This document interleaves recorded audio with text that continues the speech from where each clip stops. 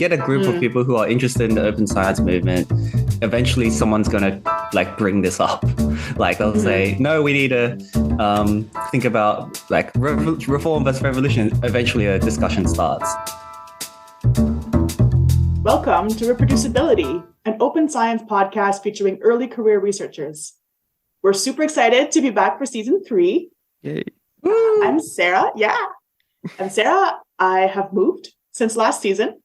So I'm now a lecturer in psychology at the University of Lincoln.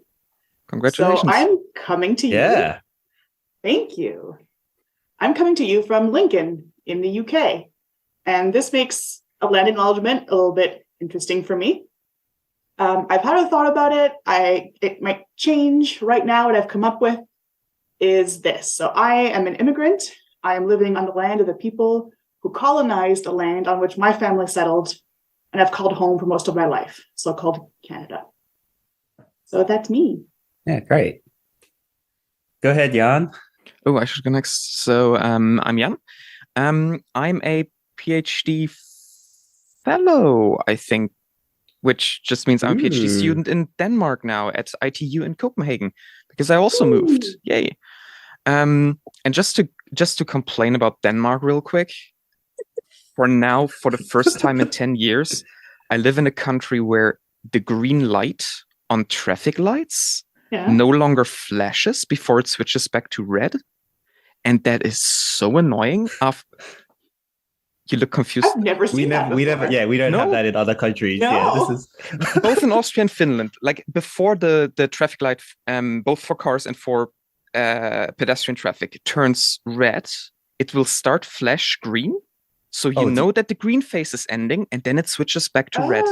Wait, do you have yellow. an amber? Yeah, do you have an amber or a yellow light? Cars have yellow, but pedestrians only have red and green. So now I have to get used to pedestrians. Yes. So now I step out onto the street, and in that moment the light turns red, and you're the one. Should I step back or should I keep running? So annoying. So. Yeah. That's trying to settle in Denmark at the moment. Wait, what else happened to you, Jan? What else? I just moved to Denmark. No, you're now the. Oh, right, yeah. I'm now the head of the Reproducibility Steering Committee. Yay! Yeah, thank you. It's my turn this year. Which means I changed how I sign the reproducibility emails. That's awesome. It's perfect. And nothing else changed so far. So I should introduce myself. I'm Will, and I haven't moved. I'm still coming from Chicago in the United States. I'm coming to you from the unceded lands of the Kikapu, Peoria, Miami, and Potawatomi nations. So that's my acknowledgement of land. Yeah, I'm in the same place and haven't changed. Still same opinions. Let's go. Yes. So we're going to try something back on our new. bullshit. Oh, sorry. Yeah. We're going to try something new for this season. We are trying segments. So we are looking for feedback from you at any point. Do you like the structure?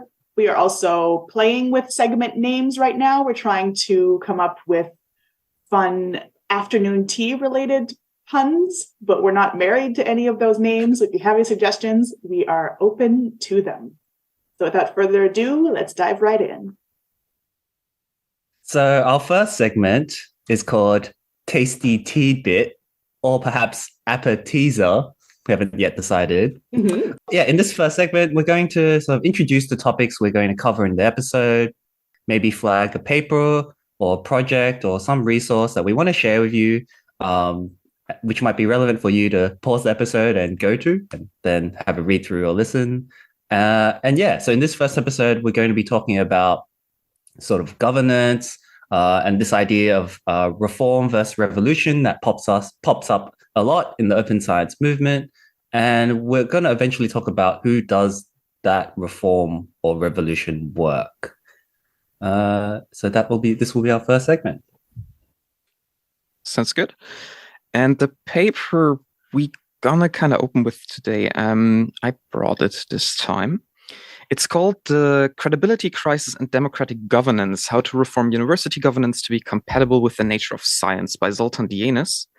It came out, I think, last month. Yeah, accepted 6th of January 2023. Have you two read it recently? I meant to, I forgot. No worries. I had a skim. In best tradition of the podcast. So to quickly recap this paper, Dienes basically makes the argument that the way university currently is governed by basically in a administrative class is not great for science, because this administrators, managers have different goals compared to us researchers. And at the same time, our researchers and administrators have different skill sets. And even every researcher has a slightly different skill set. So he proposes that instead we could model how we run our universities after how the ancient Athens have governed their state, their city-state. Okay. Which would basically mean, well, it could mean a lot of things, but one of the core principles of that was that the governing bodies regularly switched through. Very few of them were elected. Most of them were assigned by a lot. So basically, I think like jury duty in the US, you get pulled out of a hat and be summoned to, congratulations, you're now on the policy panel. And he argues that like democracy is very beneficial to science in a segment that I cannot really talk about. It talks about how apparently in the past democratic phases in European history were especially good for science, but I am absolutely not read into any of that. But I find this idea very good, that we as researchers, like I'm as a PhD student, for example, have absolutely no say in whatsoever, but I have needs that other people currently decide over. I have opinions how we should tackle certain things, and I have read things other people haven't, but I do not have many opportunities to bring my voice in, and even worse, it is easy to just not listen to me. So this idea of let's have a workplace where we actually have a democracy kind of sounds very, very appealing.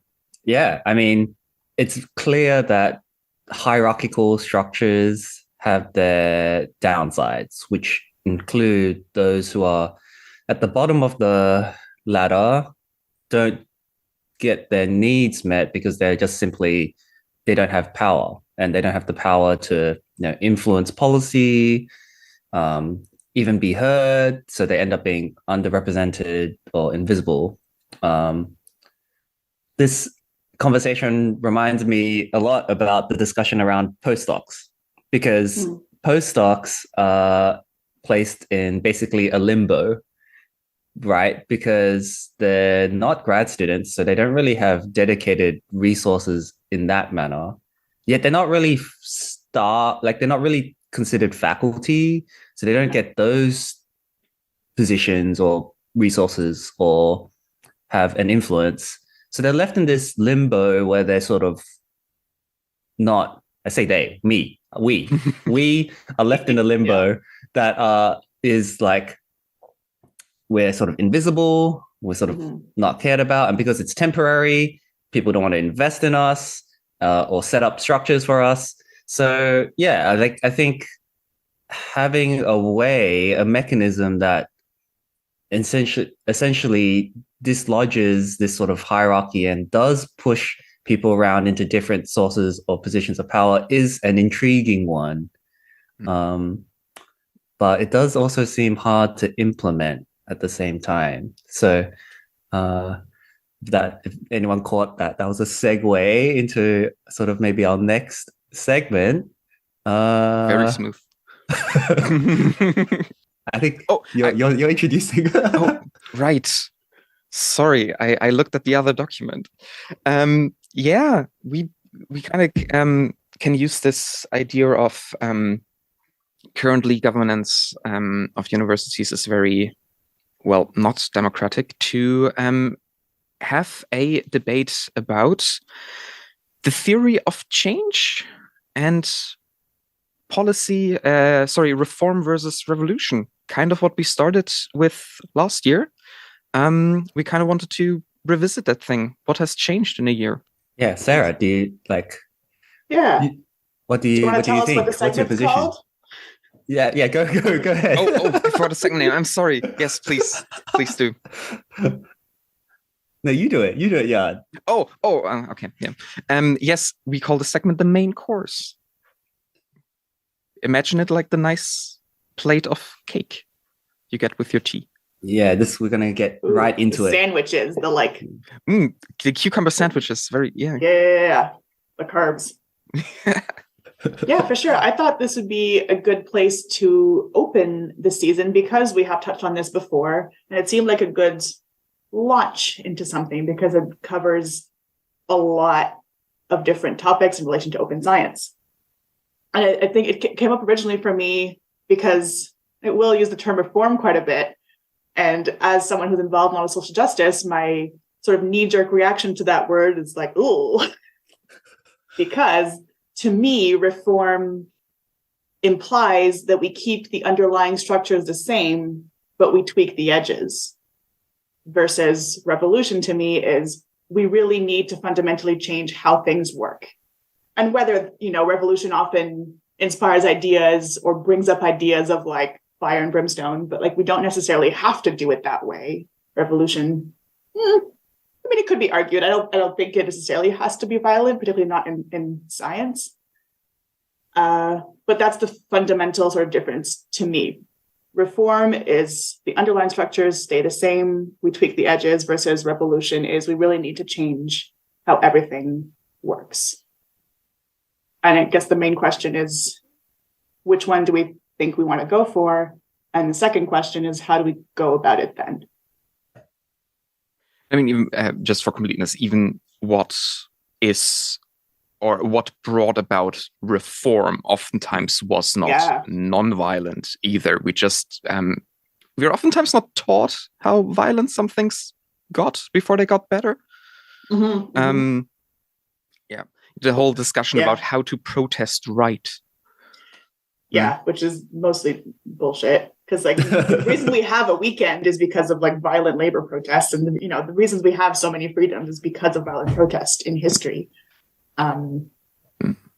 Which is why this, to me, the term sort of science reform, my initial reaction is like, ooh, no, not enough, Yeah. So this is also, this question comes up a lot everywhere. If you get a group of people who are interested in the open science movement, eventually someone's going to bring this up. They'll say, no, we need to think about reform versus revolution. Eventually a discussion starts. And I remember that discussion we had last season because you used a phrase, theory of change, or I think this was this was in the SIPS episode, if anyone wants to go back to it. But it seemed like we didn't have a sort of unified framework or a unified model on how the change would occur, which leaves us trying to make change happen, but sort of we're not on common standing, and this can cause issues. So I really like this idea of theory of change, having a theory on how the change should happen. And that's something we should probably discuss more amongst everyone who's trying to change the system. And so to try and, I'm going to be the annoying person here and say, okay, like most of psychology, this is not a dualistic thing. Like you don't have to do one or the other. It's not reform or revolution. But let me try and sort of encapsulate, I think, the feelings behind each of the camps, because I think that's the most important part here. So I think for me, when people who say we need a revolution, it's the idea that the scale of change that we need to have to really fix everything is huge. It's massive. There's so much that needs to be done across so many levels that it almost feels like we should just start again. Like there's so much that we need to do that we're better off just starting afresh. And another piece of that is that revolution sort of brings in this idea, you get this like immediacy with this change, I suppose, because you're having this big change, this big effect. So something is done sort of at a moment. And I think like the immediacy of this change resonates with a lot of people, especially for early career researchers, as I mentioned earlier, of postdocs. A lot of early career researchers are feeling a sense of uncertainty about, a lack of upward mobility, a lack of like stability in science, a lack of support, a lack of pay, lack of recognition. So a lot of these things resonate with people who like are wanting to change. Now, I've used the word reform, as Sara suggested, and that's sort of where I lean as well. In that, I think the reform camp recognizes that sometimes the most pragmatic steps are the smaller steps. Just get your foot facing the right way, like so that you can take a step. And they sort of recognize that academia and science are sort of monolithic in a way, and they're sort of hard to really pull down all at once. So you've got to chip at it. So incremental changes are meaningful to creating this, to bringing down what the monolith is. And for me, incremental change is more like local change. So changes at your institution, like a reproducibility journal club, getting it on the map, getting open science, community initiatives at local institutions can create a lot of local change and have a lot of positive impact there. And if we have that happen at many different institutions, many different localities, then you start to get this energy, this momentum to then maybe push forward. Like a tipping point, right? You reach the... Yes, absolutely. There's a word for that I can't think of right now. The critical mass. Critical mass, yes. So going back, I'll stop talking in a little bit. Going back for a theory of change, I think a lot of people have in their minds that policy is the way to go. Like you need to have like some sort of central policy that influences everyone. And I don't agree. Like I think you need distributed change. You need change everywhere, local change to actually get a movement to take hold. I'm referencing sort of ideas by Damon Centola, who does sort of research on movements and how they take hold. And yeah, this sort of central out sort of theory doesn't really make sense for us. We should be more distributed in the way we approach reform. So yeah, what do you two think about those positions? What I guess I get from that is the idea being that reform can lead us to revolution over time. So it's a more like slow. I like the idea of chipping away at it. I've come across this critique, maybe is the best, I don't know if that's the right word, but of the idea of monolith. I got this from Max Liboiron, who is director of the Clear Lab, and they're talking about anti-colonial and feminist methods, and this idea that like the institution and colonialism, settler colonialism, capitalism, try to present themselves as some monolith, some like wall that we have to crash our bodies onto and break ourselves. But like, actually, they're not as perfectly replicated as they'd like to make us think they are. So it's about finding the cracks in them, Absolutely. finding the cracks in that monolith and like Yes. Making that crack a little bit wider every time. That's exactly that's exactly how I think about it. Like massage those cracks, and then eventually those cracks become big enough to become serious. And this is to say that I should also clarify that I don't think small incremental reform is the way to go in all situations. Like I do think some of science needs revolution. The one that comes to mind for me is scientific publishing. Like that's really just something's just gotta like go there. Like, oh, I think none of us are happy in this situation. Like we need to stop relying on for-profit publishers. And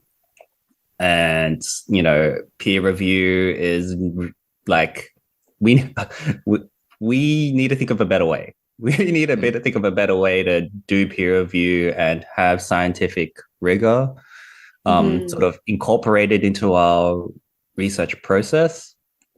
So that's sort of a situation where I do see like, okay, that like rip the Band-Aid off. That's got to go. Right. It ties back, I think, to governance for me. And I think that link can be made very clearly, where the whole point of publishing, as I understand it, is that scientists talk to each other.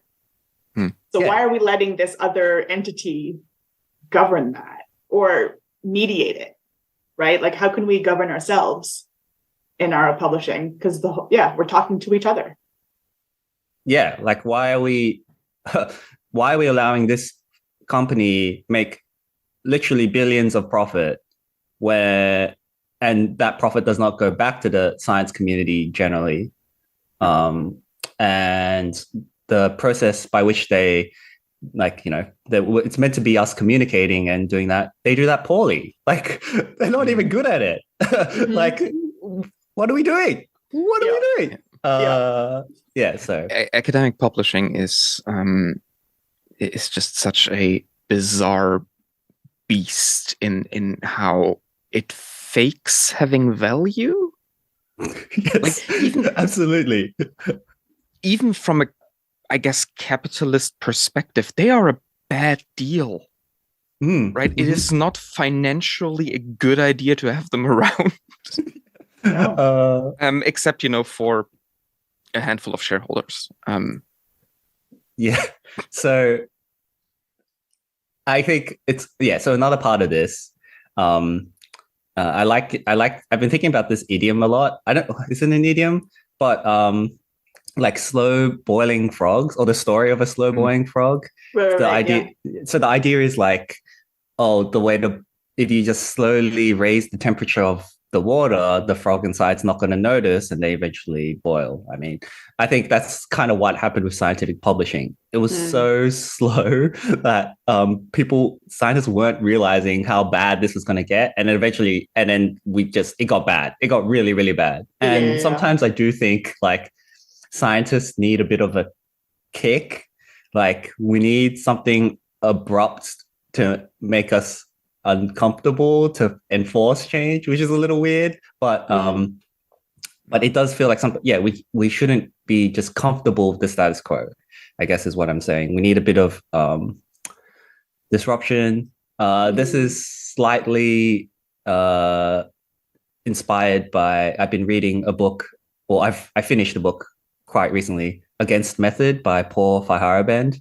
And he has this, he calls for this scientific anarchy. And he was doing it in terms of knowledge, but I was also thinking, we probably need some disruption to our system, some sort of anarchy in that, and chaos to, create change, to enact change. You get through that book? Yeah, I did. Okay, I got like 2 pages in. It was like, nope, not right now. That guy would have been a hoot on Twitter. He's just shit posting like hell. Like the one discussion that we tried to have a book club reading it, and we I think got 2 chapters in, and we're like, this guy is basically is more arguing for like wasteland style libertarianism than for actual like communal anarchism. Yeah. He's a bit extreme in that sense, and the book is like super dead. So I've been thinking about like reviewing that book and writing that, and like sort of saying, hey, these are the ideas I pulled out of it, and like, I mean, the core idea that I pulled out of it, and I have no idea if that is what he meant, was basically question everything. Like, nothing is holy, nothing is beyond recognition, even down to what we think are axioms, right? We should not take nothing for granted. Mm-hmm. And I think that is a powerful perspective. Though, nowadays I don't think it's that new anymore. With like, constructivism and postmodernism. Yeah. It's like, don't take science as this magical force that will generate, perfect truths. Yeah, right. Like, so, but so the reason I bring that up is that I like this idea of like anarchy, I guess, like chaos, seems very comforting to me, in the sense that comforting might be a really weird word here, but like, yes, we need some sort of chaos in the system, and it to me it means freedom. Like, we need diversity of voices to be, so we have theory that's chaotic, right? We have people who are able to like work freely and sort of push around things and try things that aren't the status quo, to try and make progress on something. So it really, this thought, you can take the vice versa perspective, I guess, which is like, currently we're kind of boxed in, like we don't have freedom to move, and like to create this chaos, we have to go down these really well-defined tracks, and like so on and so forth. And that's how I feel about like reform, like, or revolution, is trying to insert chaos into the system, like try to get out of those like well-defined tracks to make new, better ones. So yeah, anyway. That's interesting. I tend to resist the association of anarchy and chaos, just because in my mind, anarchy isn't that like, everything's on fire, it's chaos, there's no law and order. Yeah, like, I don't mean, I'm like, yeah. No. But like, you explain better than that. That's not what you mean. Yeah. Not destruction, but yeah. Diversity. I mean, and anarchy in the sense that we don't absolutely know what's going on, but we have freedom to push around and figure out what's going on.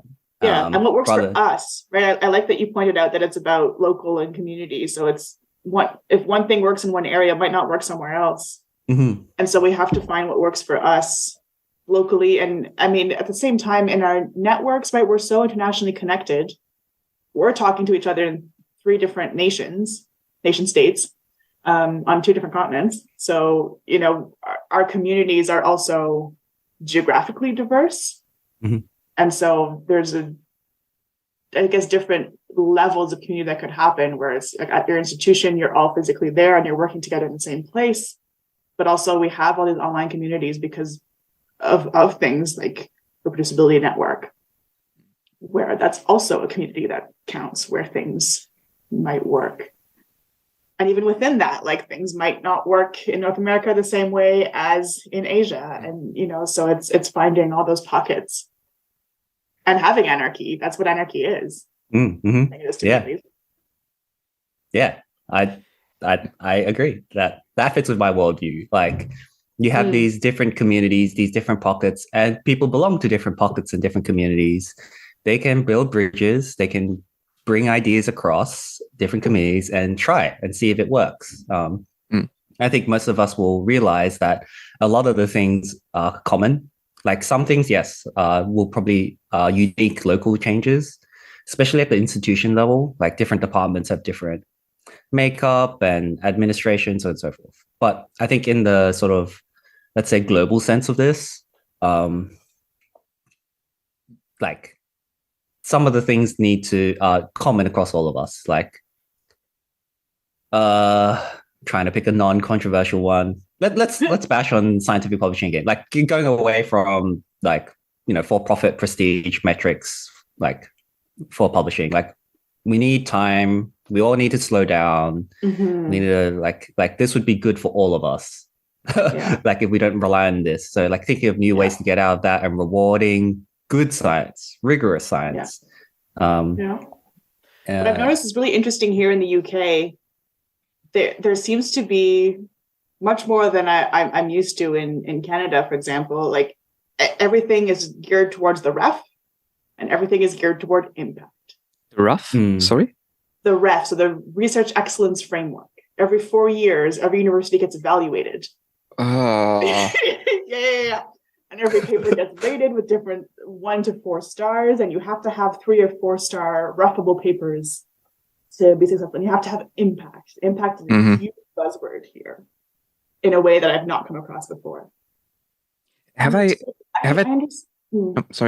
talked about Citational Nguyen's paper, Transparency is Surveillance? Don't think so, no. Tell us. I'm a big fan of C.T. Nguyen. Just to give a bit of background before you go ahead. Yeah, please. He's a philosopher, and his main thing was like games, like video games. But it's really interesting because he does he thinks about agency, like games provide you a world where you have agency and well-directed goals. So like that gives you a sense of agency that's comforting and like fun and environment and whatever. Allows you to see a different world view to the one that we're currently in. Exactly. And his perspective is just so interesting. He also does some misinformation. Like how do people end up believing like misinformation work and stuff like that? Anyway, big fan. Totally highly recommend following his work. Yeah, I was in contact with his research. I read a bit of it for my game stuff. But then I saw his paper, like Transparency is Surveillance is the title. And basically one of the core arguments for it is when you force an expert to be transparent, i.e. that a layperson has to be able to follow their ruling, you are forcing that expert to resort to the lowest common denominator. The example that he gives in that paper, for example, is if a theater director who receives public funds has to argue towards a government panel why they chose play X over play Y, they are less likely to argue, well, in my opinion, X has a very interesting perspective on X, Y, and Z. But they will instead say that X sold more tickets at Y when it was played in this other city, right? Because for a layperson who doesn't know anything about plays and why a play would be worthy to show over another, hard numbers make much more sense. And on university level, that would mean that a philosophy department, for example, will not be judged, or will probably not be judged on how good their education is, but on how many people they can put through. And maybe how many of those people got employed. So while transparency is important, it also can force unwanted metrics onto us. Oh, 100%. That's a lot of what is going on in the book, Dissident Knowledge in Higher Education, and talk about the neoliberalization of the academy and how much more we're being surveilled. And I just read a chapter in it called Biting the University That Feeds Us by Eve Tuck. It's really good. And I think that's where I read it. I read several things recently. And there's a little bit where it says it's not a coincidence that the increase in diversity in our universities is linked with increased surveillance and demands for transparency. Whoa. Whoa. Oh, wow. That's an interesting take, because my impression was that this was just two things that happened at the same time, right? We are currently more sensitive to. Yeah, it's hard. It's hard to I think absolutely tie those things together. But this is in the context of settler colonialism, neoliberalism, and this desire to keep white spaces white. Yep. And so that's the argument was made that these things are linked. No, it makes a lot of sense. Yeah. Oh, wow. to dial, yeah, and to even add more to this, back to C.T. Nguyen, who has a paper on the seductions of clarity. Highly recommend this paper. It's sort of the same with the same idea with anarchism that I was suggesting before. I don't know why I'm suddenly becoming an anarchist. Yay! In this podcast. Join the ranks. The idea is that like we can be duped into terminating our like investigation, I guess, when we've reached like a threshold. And one thing that does that might be the use of like metrics. So like you have a metric, you like, for example, this paper was at this journal.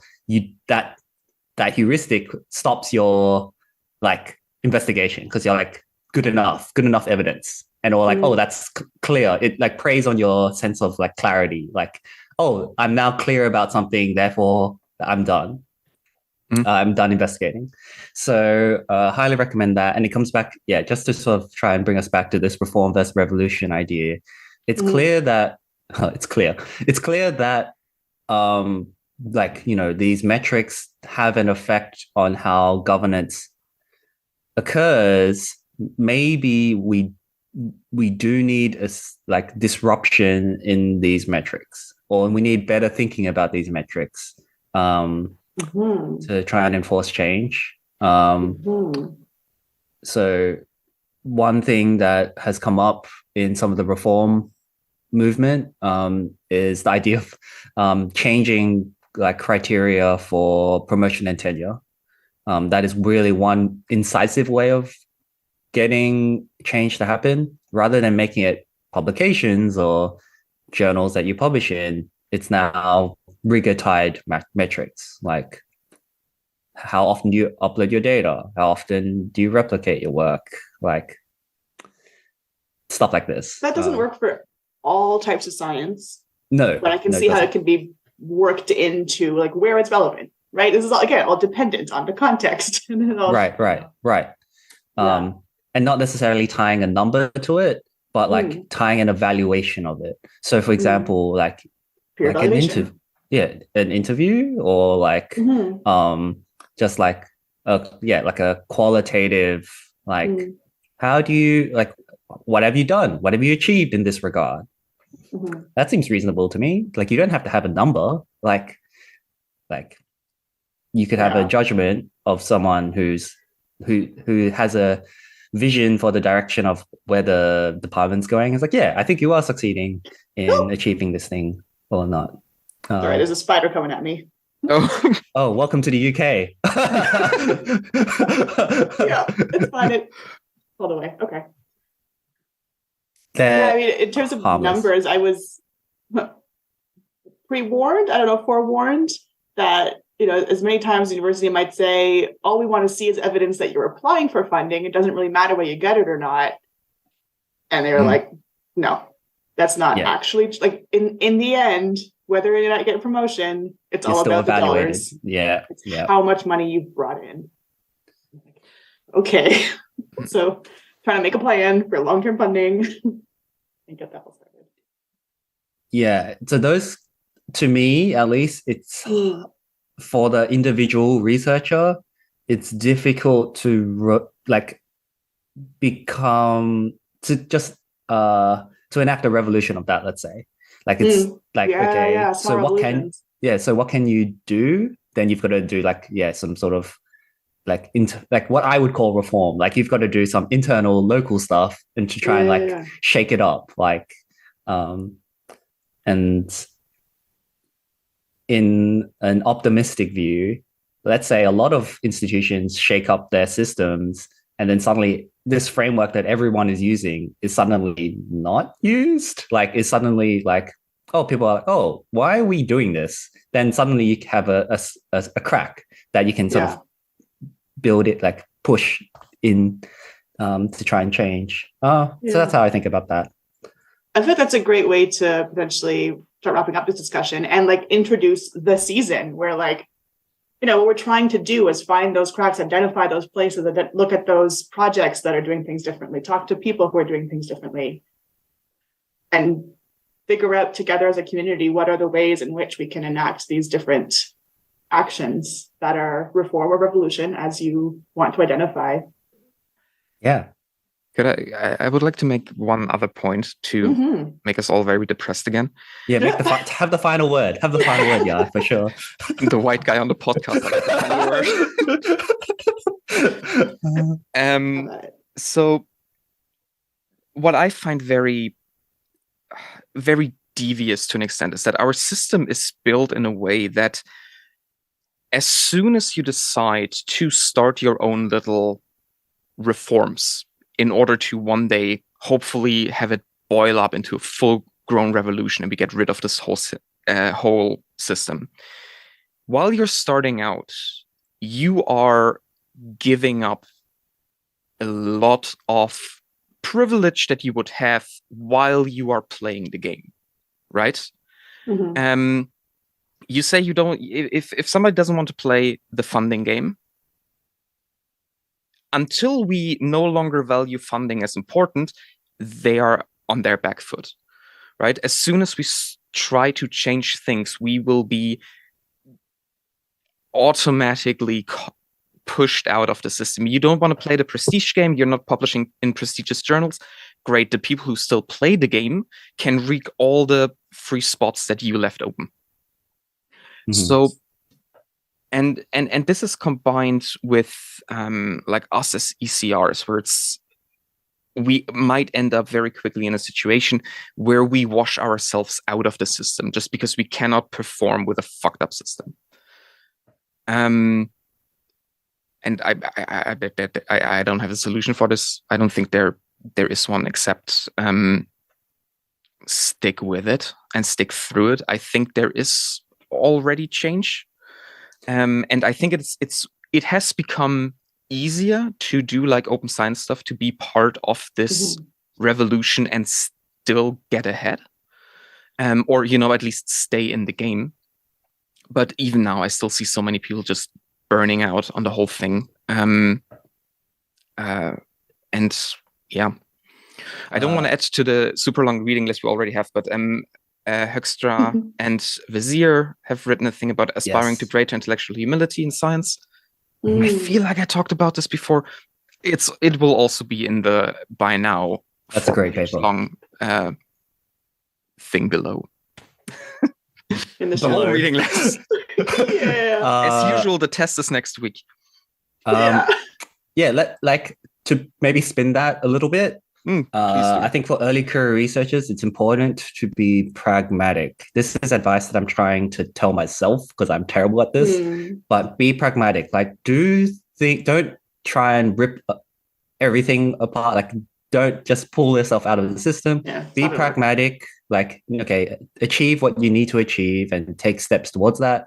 But also have an eye towards, what you can do, what power you have, and what relationships may not be so reciprocal, and see what you can do about that. Because sometimes asking for change maybe is the simple step, right?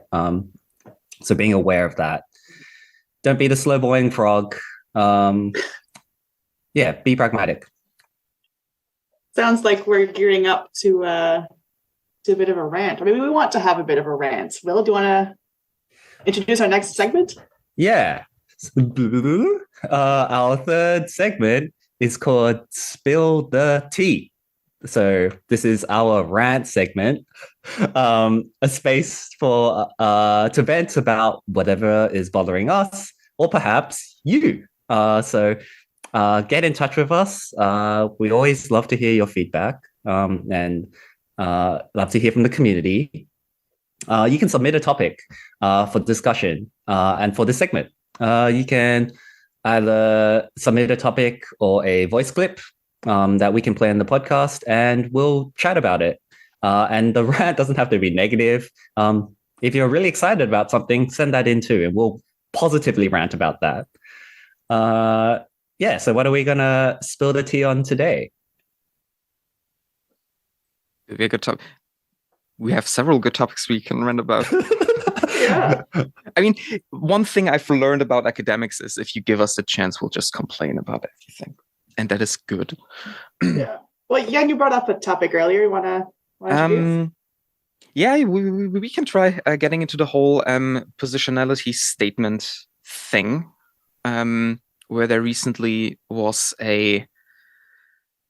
I think not very good paper arguing that positionality statements are not only not needed, but actually bad, because we cannot write them perfectly because they're subjective. That's the whole point. Yeah, right. I mean, not that they're bad, that they're subjective. The whole point is that science is subjective. So yeah, I find that thing so baffling in the way it misunderstands the whole point. And I don't want to, don't assume malice when you can assume incompetence. I don't know what the right word is. But the paper seems to so willfully misunderstand that positionality statements are not supposed to suddenly make subjective things objective by adding the modifier of your personal experience.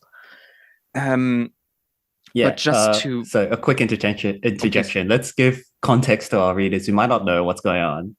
There's you a paper mean not published... everybody else sees my Twitter feed? Yeah, go follow Jan's Twitter feed for the hottest takes in open science. So this is a paper that was recently published. This is February, in Perspectives on Psychological Science, which I had thought was not so, had problems with how the journal was operating. It seemed weirdly prestigious for what it was, maybe, is what what was my impression. Anyway, the paper that caused a lot of this controversy is titled Positionality and Its Problems, questioning the value of reflexivity statements in research. Ooh. And essentially their position is, as Jan described, that they're not without bias, so therefore they're hard to determine as credible, and therefore it undermines research. And that's basically I'm reducing their paper significantly, but yes, that's essentially that. And I don't think the nuance they have saves it.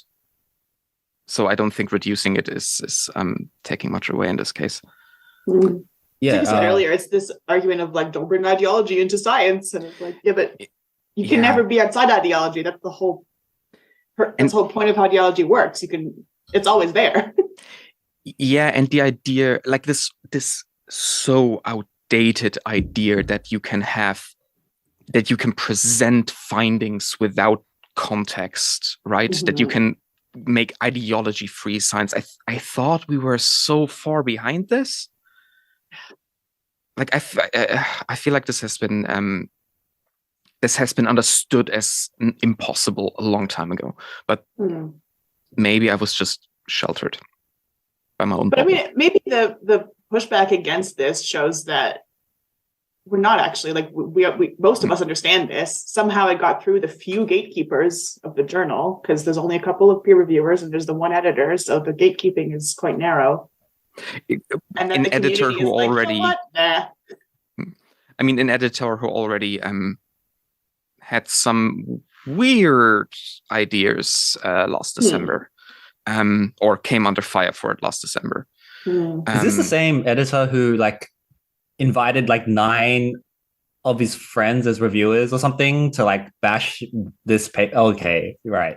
Yeah, I'm not mistaken. Okay, I read about that. Yeah. Mm-hmm. Yeah. I was on holiday and I was I feel like I need to engage with this, even on my holiday. Oh. And it's I mean, if you don't like it, keep it to yourself. That's just your opinion, man. I don't know. What frustrates me about this is okay, I'm going to bring back my friend Paul Firebend here. Yeah, it's close and personal friend. Yeah, close friend. This perspective that science needs to be this objective, rational, completely impartial, universal truth seeking thing, which is a fantasy. Yeah, it's so diluted. It's just a really out of touch, in my opinion. And so I think it's like a lack of intellectual humility and a lack of openness is like sort of fueling a lot of these kind of positions, and it's sad. It's really sad to see, honestly. Why not look at these positioning statements and see what worth they bring, rather than what disruption that they're bringing to this idealized version of science that they hold. Like they've put science on a pedestal. It's it's unfortunate. And especially with positionality statements.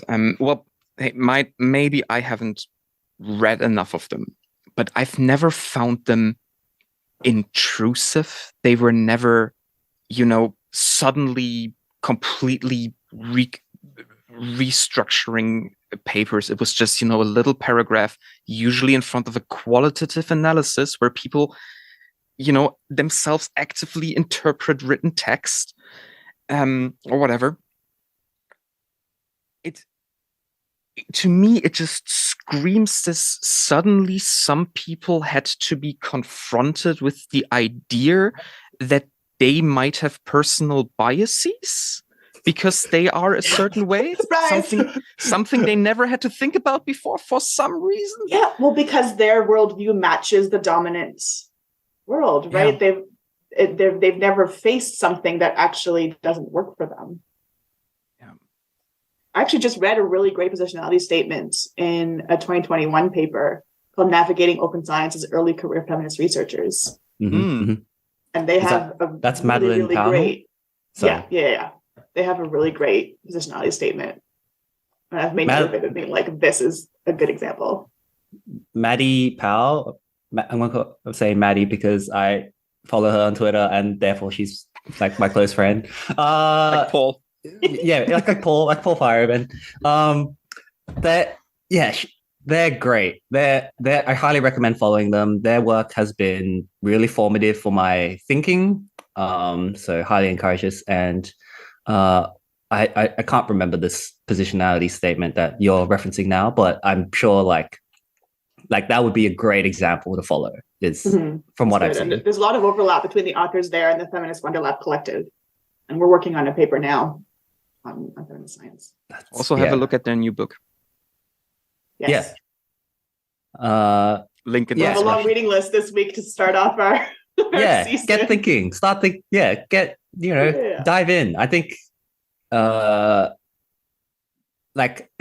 One easy take to have is like there's too much to be done, but I think this is world expanding. Honestly, if you follow these trails, read these papers, have a think about these things, you're gonna expand your world.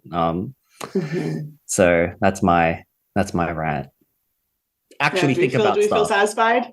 a rant. Do we feel a lighter load? Satisfied? It feels good to just complain about that. Get that off my chest. If you, the audience, want something. You want to hear someone else complain about the same things you're complaining about, or you want to hear other people praise and cherish the same things you also praise and cherish, let us know. Tell us what you want us to talk about and rant about. Yeah, that takes us to our final segment. This is the least fun name so far, so very much open to feedback on this one. For now, it's called Delectable Desserts, the last course in afternoon tea. So in this segment, we'll share bits of knowledge that are often called tacit knowledge, the hidden curriculum, things that you're expected to know, but aren't necessarily taught explicitly. And here again, so we invite you, members of the community, to share bits of tacit knowledge that you've picked up along the way and you think that everyone should know. So today we're going to start with open science itself as a hidden. Quickly, what is the last thing you leave at like a high tea? Like, what is your dessert? Like your idealized dessert thing? Like little chocolates, little bites, the desserts. Because the way that I picture afternoon tea is that you have your pot of tea and you have your sandwiches and you have the sweets. Uh-huh. And like little chocolates at the end. And so, what's your favorite? What's your favorite? Is it that like those little chocolates? Oh, I like dessert. Yeah, I very much have a sweet tooth. I'm a chocolate fan. I think what I think about when I think of a delectable high tea dessert are those like a Portuguese tart, that little like egg. I don't know if this is common. Actually, I don't think this is not high tea at all. This is just my favorite dessert. Like those like egg tart things that are little like caramelized at the top. Yeah. This is what we're aiming for. This little morsel of goodness. Yeah. So this is your suggestion. Wanna talk a little bit? Yeah, open science is a hidden curriculum item. This morning I talked to my supervisor, and we ended up on this question: hey, where did you hear about open science for the first time and when? And for her, it was the first time she was in her postdoc. That was around 2014, 15, maybe, not quite sure. For me, the first time I heard about open science, I think it was when second years of my master's, I've became a research assistant, and another research assistant came up to me, hey, do you listen to Everything Hurts? And I started listening to them. And great podcast. Yeah, especially their PhD horror stories were kind of this eye-opening thing for me. Oh, things are fucked. I should start reading about this. And basically, what I find shocking over and over again, open science isn't taught. The reproducibility crisis is maybe mentioned, but not taught. The fact that we are in the middle of massive upheaval could totally pass you by if the people who teach you might not be invested, right? Because it is not in any curriculum. And Madeleine Ponal's new book kind of tries to change that. It's in the post. I haven't read it yet. Hopefully nice. I'll get to it soon. We'll see. But yeah, that's why I think open science is actually a hidden curriculum item. Yeah. I mean, now that you mention it, I first came across it when I started my postdoc. I think it was like randomly on Twitter.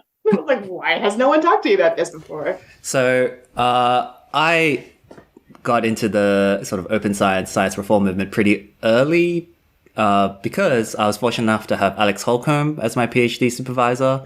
And Alex has been sort of at the forefront of, bringing science reform, bring change to the movement. So I heard about that early, but I have had similar experiences where my colleagues, like other people in the PhD candidacy, had not heard about it, about the open science movement. And like, so I would talk to them and ask them like, hey, like, what do you think about this thing? Or like, have you thought about peer review? I don't know, whatever. And I would get a blank expression in return because all they were focused on was their research, and that's all they heard about from their supervisor. Like, why would there was no space or no time dedicated to, or no priority dedicated to open science. So yeah, absolutely a hidden curriculum. And I think that's one of the best things about reproducibility. Like, I started the Reproducibility Journal Club at the University of Chicago because I noticed there was an absence of this in my department. There was an absence of a course on it. There was an absence of discussions. And I wanted to learn and develop in this space with others. Like, I didn't want to just do this by myself. I didn't want to just do readings by myself. So the Reproducibility Journal Club was a really great way to get community and get things started and try to reveal this hidden curriculum. So I guess the message is pass it on, because presumably anyone who knows about our podcast knows about open science. I hope so. So you're already in the know. Yeah, definitely. So we encourage you to pass it on. Yes, talk to others. And yeah, I guess this is a good place to wrap up. Sara, do you want to share where we can follow you, find you? Yeah, I'm on Twitter at Sara_Sove and on TikTok under Madame MADOMYYT. And I'm William. You can also find me at Twitter on William, also Mastodon. And we unfortunately lost Jan due to some technical issues, but thanks, Jan, for bringing up this suggestion of hidden curriculum. Jan can edit himself into the outro. Yeah. So, and take it away, Jan. Yeah. Well, start over. That wraps up our first episode of the 3rd season. We're very excited to be back. We're happy to have you back as an audience. We hope you enjoyed this episode. Let us know what you think about the segments. Let us know if you have any ideas for segment names. We like puns here at Reproducibility, so any puns you have to share are most welcome. So until next time, bye. Bye, everyone.